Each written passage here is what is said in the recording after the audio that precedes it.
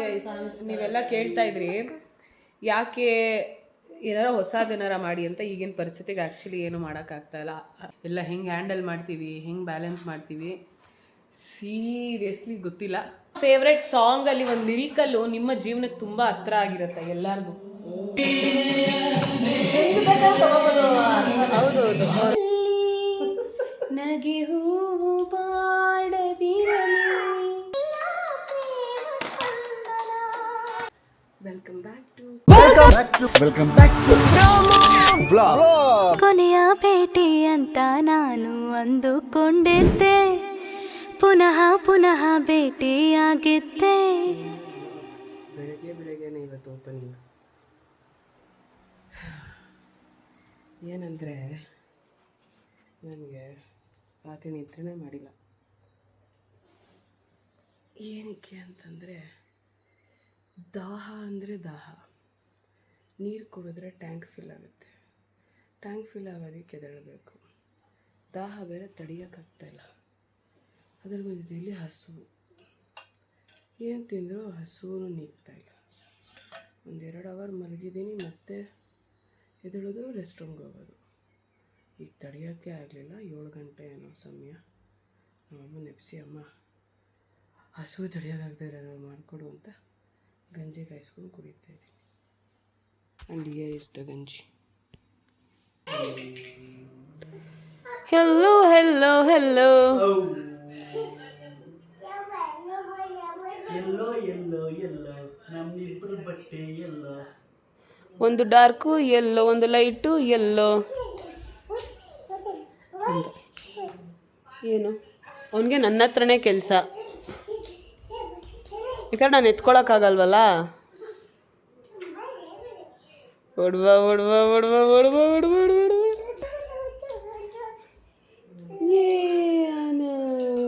ಏನು ತಿಂಡಿ ತಿಂದ್ರಿ ಪಾಪ? ಏನು ಬಿಸಿಬೇಳೆ ಬಾತ್? ಓದ್ ಬೋರ್ ಆಗಬೇಕು ಅಂತ. ಓ ಪ್ರತೀಕ್, ಏನು ಅನ್ನಿಸ್ತಿದೆ ಈ ಒಂದು ಸಂದರ್ಭ ನಿಮಗೆ? ಈಗ ಏನಾಗ್ತಿದೆ ಗೊತ್ತಾ, ನಾವಿಲ್ಲಿ ಡಬ್ಬಿಂಗ್ ಸ್ಕ್ರಿಪ್ಟ್ ಬರ್ಕೊಂಡು ಇಲ್ಲಿ ರೆಡಿ ಆಗಿದ್ವಿ ಡಬ್ಬಿಂಗ್ ಅಂತ. ಅವನು ಚೂರು ಬಿಡ್ತಾ ಇಲ್ಲ. ನಾವು ಡಬ್ಬಿಂಗ್ ಮಾಡೋಕ್ಕೆ ಟಿವಿಯಾಗಿ ಕೂರ್ಸೋನು ಬರ್ತದೆ. ಬಡ್ಡ ಓಪನ್ ಮಾಡಿ ಬಾಗ್ಲಾಕೊಂಡು ಏನು ಮಾಡ್ತಾ ಇದ್ದೀರ ಅಂತ ನೋಡಿ. ಹೊರಗಡೆ ಬಿಟ್ರೆ ಅಂತ. ಅಲ್ಲಿ ಕೆಳಗಡೆ ಎಲ್ಲ ಬಗ್ ನೋಡ್ತಾ ಇರ್ತಾನೆ.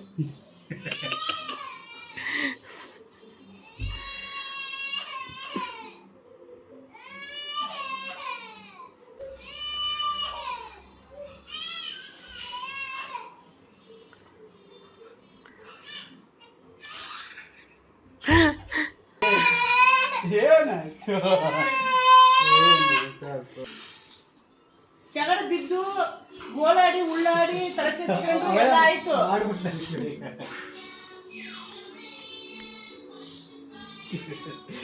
ಕೆಲಸ ಮಾಡ್ತಿದ್ದೆ ಪಪ್ಪ ಮಮ್ಮ. ಈಗ ಕಡೆ ಗಮನ ಆಗ್ತೈತೆ. ಸಾಕಾಗಿದೆ ಸಾಕಾಗಿದೆ. ಅಪ್ಪ ಅಮ್ಮನ ಬೇರೆ ಮಾಡೋ ಇನ್ನೊಂದು ಥರ ನನ್ನ ನೋಡ್ದ. ಹೌದಾ? ಯಾವಳೆ ನೀನು? ನೀನು ಯಾವಳು? ಬೇಡ ಬೇಡ ಬೇಡ.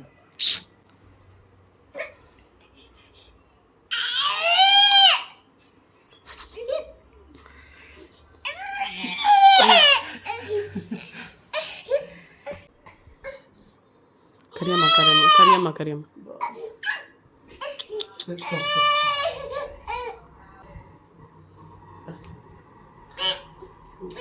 ಇಂತೂ ಸಮಾಧಾನ ಆಗೋಣ. ನನ್ನ ಪೆನ್ ಮತ್ತೆ ಎತ್ಕೊಳ್ಳಲ್ಲ. ಅದಕ್ಕೆ ಒಬ್ಬ ಬಂದಿದ್ದು ನಮಗೆ.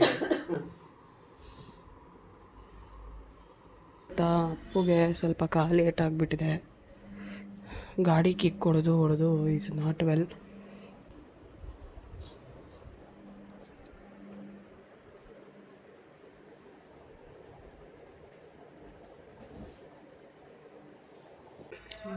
ಹೆಂಗಿದ್ಯಾ ಅಪ್ಪು? ಚೆನ್ನಾಗಿದೆ.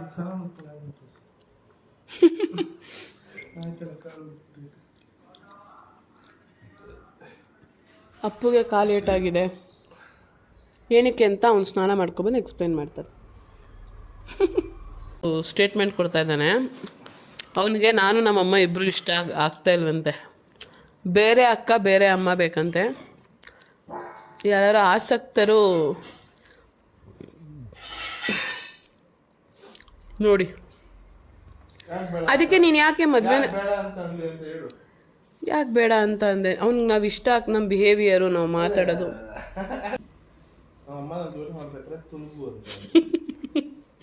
ಅವರಮ್ಮ ಊಟ ಮಾಡೋವಾಗ ತಿಂದ್ಬಿಟ್ಟು ತೊಲಗು ಅಂದ್ರಂತೆ. ಅದಕ್ಕೆ ಅವನಂಗೆ ಆಡ್ತಾ ಇದ್ದಾನೆ. ನಾವು ಊಟ ಮಾಡಿಸ್ತಾ ಇದ್ದಾರ. ಹಿಂಗೆ ಅಪ್ಪು ಕಾಲು ಹೆಂಗಿದೆ?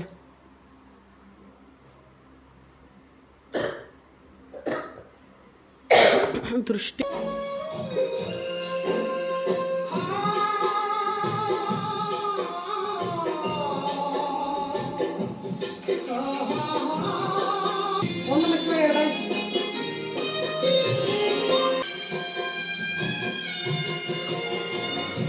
ಸಿಹಿತನದ ಸಿಹಿಯ ಕೇಳೆ ಬಳಿಯ ತಾಳೆ ದೇವಿಗೆಂದೇ ನನ್ನಿ ಬಾಳೆ.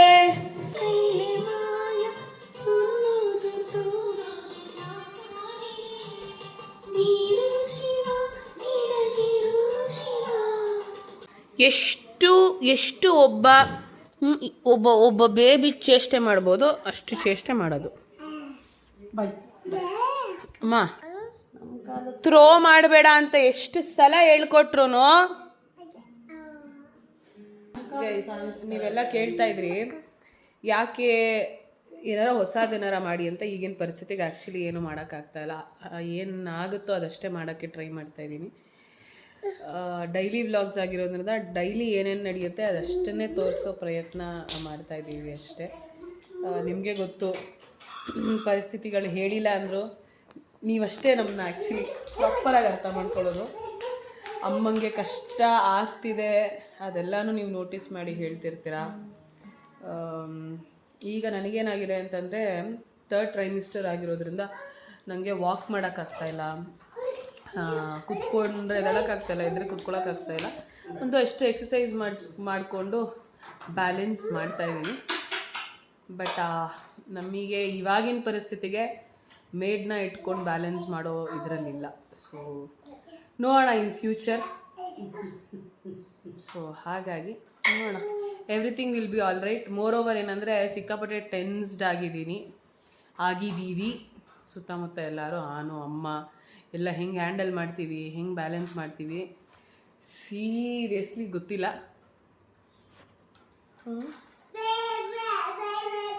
ಯಾವುದು ನಿಲ್ಲಲ್ಲಮ್ಮ. ನಡೆದೇ ನಡೆಯುತ್ತೆ. ಹಂಗೆ ಮಾಡ್ತೀವೋ ಹಿಂಗೆ ಮಾಡ್ತೀವೋ ಸಫರ್ ಮಾಡ್ತೀವೋ ಕಷ್ಟಪಡ್ತೀವಿ, ಯಾವುದೂ ನಿಲ್ಲಲ್ಲ. ನಾವು ನಿಂತರೂ ಸೂರ್ಯ ಚಂದ್ರ ಮಾತ್ರ ನಿಲ್ಲಲ್ಲ. ಅವ್ನ ಪಾಡ್ಗೆ ಅವ್ನು ಹೋಗ್ತಾ ಇರ್ತಾನೆ, ಹಂಗೆ ಅವನಿಂದ ನಾವು ಓಡ್ತಾ ಇರ್ಬೇಕು. ನಡೀತೆ ಆಗುತ್ತೆ. ಹಂಗೆ ಕಷ್ಟ ಆಗ್ಬೋದು, ಅದ್ರ ದಿನ ಕಳ್ಳಲೇಬೇಕಲ್ವ. ಹಗಲು ರಾತ್ರಿ ಕಾಲಕ್ರಮೇಣ ಎಲ್ಲ ಅದೇ ಅಲೈನ್ ಆಗುತ್ತೆ. ಅಂದರೆ ಕಷ್ಟ ಕೊಟ್ಟಿರೋ ದೇವರಿಗೆ ಅದನ್ನು ತಡ್ಕೊಳ್ಳೋ ಶಕ್ತಿ ಕೊಟ್ಟಿರ್ತಾನೆ ಅಂತ ನಿಜ. ಹಂಗೆ ಅಲ್ವಾ. ನೋಡೋಣ, ಹಾಗಾದೆಲ್ಲ ಒಳ್ಳೆಯದಕ್ಕೆ ಆಗುತ್ತಿರೋದು ಅದು ಕೂಡ ಒಳ್ಳೆಯದೇ ಅಂದ್ಕೊಂಡು ಮುಂದೆ ಹೋಗೋಣ ಅಂತ ಅಂದ್ಕೊಂಡಿದ್ದೀವಿ. But to be honest, as your all a family, nervous ಅಂತೂ ಆಗಿದ್ದೀನಿ, ನಾನು ಟೆನ್ಷನ್ ಆಗಿದ್ದೀನಿ. ಯಾಕಂದರೆ ಏನೋ ಯು ಕ್ಯಾನ್ ಅಂಡರ್ಸ್ಟ್ಯಾಂಡ್ ಅದನ್ನು. ಹಿಂಗೆ ಬ್ಯಾಲೆನ್ಸ್ ಮಾಡ್ಬೋದು ಆ ಥರದ್ದೆಲ್ಲ ಇದೆ ಮೈಂಡಲ್ಲಿ. ಇರಲಿ ನೋಡುವ. ಈಗ ನಮ್ಮ ಅಮ್ಮಗೆ ಒಂದು ಪ್ರಶ್ನೆ ಕೇಳೋಣ.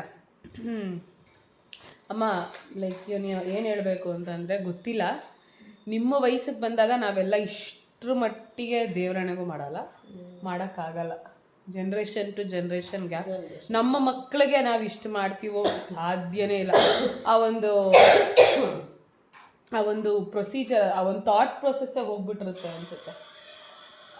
ಭಾವನೆಗಳೇ ಇನ್ನೊಮ್ಮ. ಈಗ ತಾಯಿಗೀರು ಮಕ್ಳಿಗೋಸ್ಕರ ನಾವೆಲ್ಲ ಮಕ್ಳಿಗೋಸ್ಕರ ನಮಗೆ ಗಂಡ ಜವಾಬ್ದಾರಿ ಇಲ್ಲ, ಅದೆಲ್ಲ ಇದ್ರೂ ನಾವು ಮಕ್ಳಿಗೋಸ್ಕರ ಕಾಲ ಕಳೆದೀವಿ, ಮಕ್ಳಿಗೋಸ್ಕರ ತ್ಯಾಗ ಮಾಡಿದ್ದೀವಿ.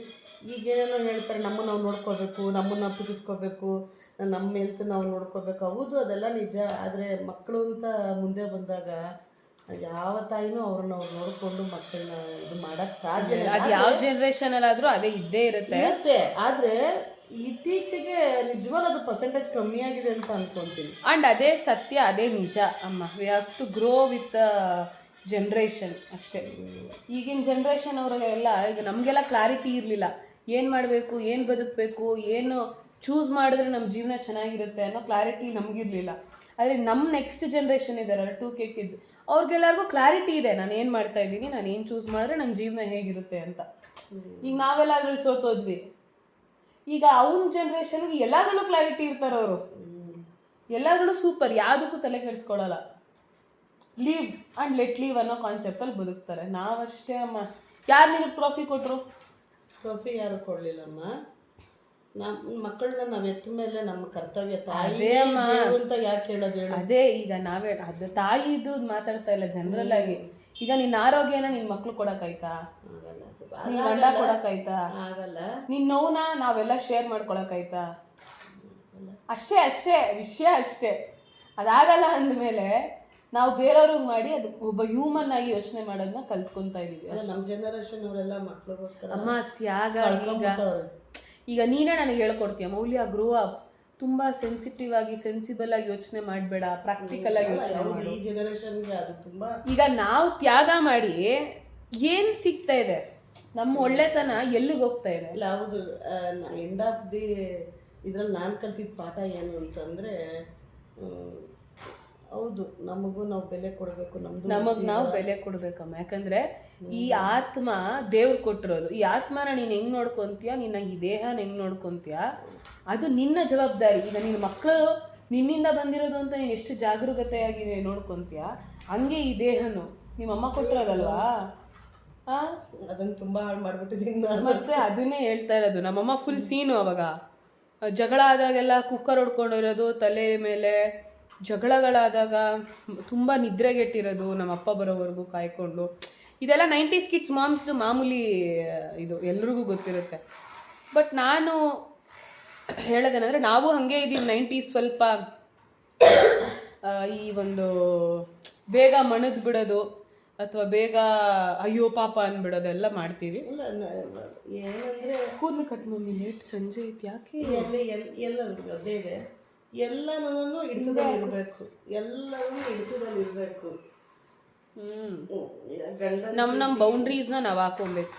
ಗಂಡನ ಪ್ರೀತಿ ಆಗಿರ್ಬೋದು, ಮಕ್ಕಳು ಪ್ರೀತಿನೇ ಆಗಿರ್ಬೋದು, ಮಿತಿ ಮೀರಬಾರ್ದು.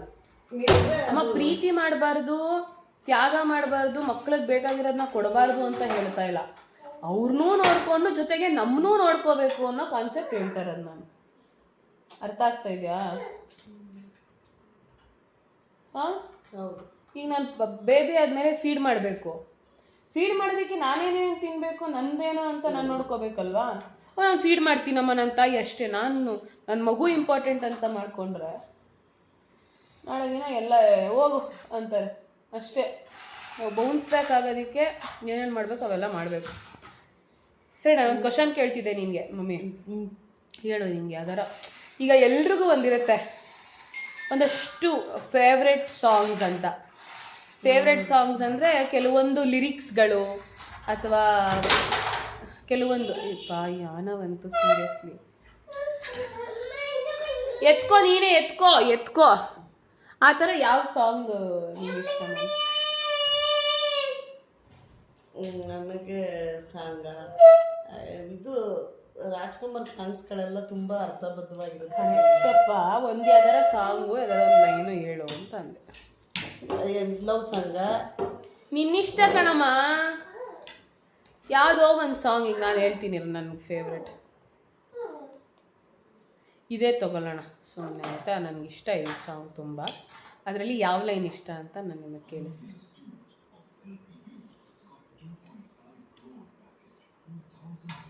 ಅದು ಎಷ್ಟು ಚೆನ್ನಾಗಿ ಶಿವನ್ಗೆ ಹೇಳಿರೋದು. ಮತ್ತೆ ಸ್ವಲ್ಪ ಸ್ವಲ್ಪ ಅಷ್ಟೇ ಕೇಳಿಸ್ತೀನಿ.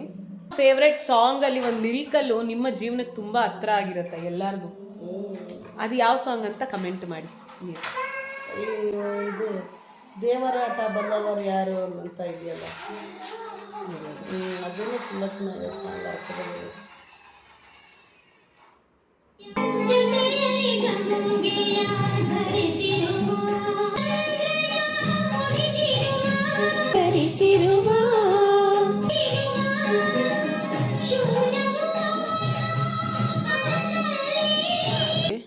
ಶ್ರುತಿ ಸೇರಿದಾಗ ಸಿನಿಮಾ ಏನು ಅದ್ಭುತವಾಗಿದೆ ಅಂದರೆ ಸಕ್ಕದಾಗಿದೆ. ಸಾಂಗ್ಗಳೆಲ್ಲ ಅದು ಸಾಂಗ್ಗಳು ಒಂದು ಆ್ಯಂಡ್ ಸ್ಟೋರಿ ಲೈನ್ ಸಿನಿಮಾ ಅದು. ನನಗೆ ಈ ಸಾಂಗ್ ಇಷ್ಟ ಕಣಮ್ಮ.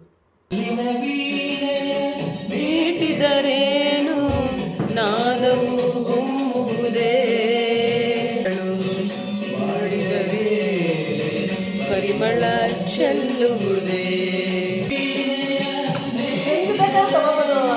ಹೌದೌದು, ಒಳ ಅರ್ಥನ ಎಕ್ಸ್ಪ್ಲೇನೇ ಮಾಡೋಕ್ಕಾಗಲ್ಲ, ಅಷ್ಟು ಡೀಪ್ ಆಗಿದೆ ಅದು.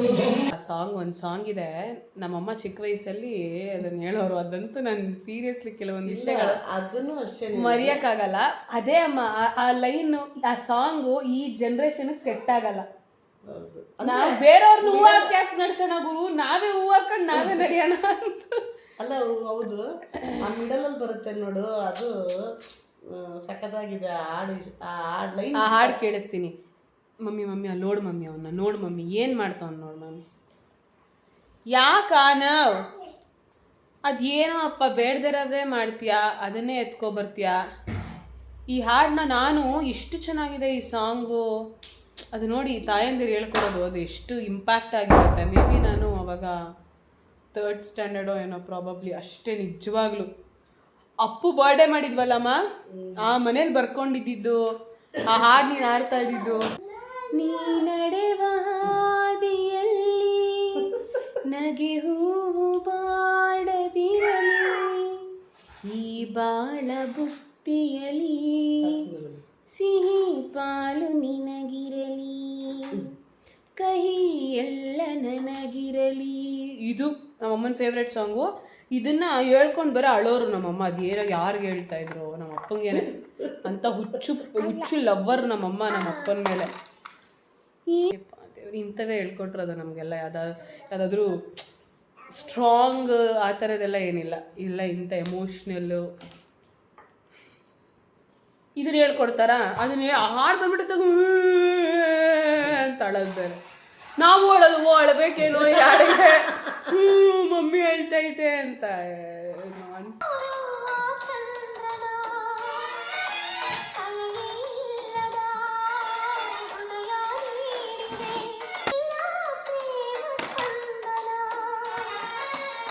ಹಂಗೆ ಸಡನ್ನಾಗಿ ಬಂದಂತಹ ಥಾಟ್ಸ್. ಇದನ್ನು ನಾವು ಮಾಡ್ತಾ ಇರ್ತೀವಿ, ಮೋಸ್ಟ್ ಆಫ್ ದ ಟೈಮ್ ಮಾಡಿದ್ದೀವಿ. ಅಮ್ಮ ನಿಂಗೊಂದು ಹೊಸ ಸಾಂಗ್ ಕೇಳಿಸ್ಬೇಕಾದ ಲಿರಿಕ್ಸ್ ಕೇಳಿಸ್ಕೊ ಸಕ್ಕತ್ತಾಗಿದೆ ಅಂತ. ನಮ್ಮಮ್ಮ ಮಾಡ್ತಿದ್ರು ಮುಂಚೆ, ಈಗ ಇವಾಗ ನಾವು ದೊಡ್ಡವರಾಗಿದ್ದೀವಲ್ಲ ನಾವು ಮಾಡ್ತೀವಿ. ಈಗ ನನ್ನ ತಮ್ಮ ಅಂತೂ, ಅವನಂತೂ ಪೈತಿಯೋ ಸಾಂಗಲ್ಲಿ ಅಂದರೆ ಸಿಕ್ಕಾಬಟ್ಟೆ ಇಷ್ಟ ನಮಗೆ ಹಾಡು ಕೇಳೋದು. ಸ್ಪೀಕರ್ಸ್ ತೊಗೊಬಂದ್ಬಿಡೋರು ನಮ್ಮಮ್ಮ. ಅದು ಸಾಂಗ್ಸ್ ಇಷ್ಟ. FM ತೊಗೊಂಡಿದ್ವಿ ನಾವು ಒಂದ್ಸಲ, ಹೋಗಿ ನೆನಪಿದ್ಯಾ? ಫಸ್ಟ್ ಸಾಂಗ್ ಬಂದಿದ್ಯಾ ಅದರಲ್ಲಿ ರಾರ ಪಾಕೆಟ್ FM ಅಂದರೆ ನನಗೆ ಭಾಳ ಇಷ್ಟ. ಇಲ್ಲೂ FM ಇಷ್ಟ ನನಗೆ. ಎಲ್ಲರೂ ತುಂಬ ಮೆಸೇಜ್ ನೋಡಿದೆ ನಾನು. ಅಂದರೆ ಡೈಲಿ ರೊಟೀನ್ ಥರ ಆಗ್ತಿದೆ, ಅದೇ ವಿಡಿಯೋ ಸೇಮ್ ಪ್ಯಾಟ್ರನ್ ಅಂತ ಹೇಳ್ತಾ ಇದ್ದೀರಾ. ನನಗೆ ಡ್ಯೂ ಡೇಟ್ ಹತ್ರ ಇರೋದ್ರಿಂದ ಮನೆಯಲ್ಲೇ ಇದ್ದೀನಿ, ಏನೂ ಹೊಸ ಥರ ಆ್ಯಕ್ಟಿವಿಟೀಸ್ ಮಾಡೋಕ್ಕೆ ಹೋಗ್ತಿಲ್ಲ. ಸುತ್ತಮುತ್ತ ಏನು ನಡೀತಿದೆ ಅದನ್ನು ಮಾತ್ರ ಕ್ಯಾಪ್ಚರ್ ಮಾಡ್ತಾಯಿದ್ದೀನಿ.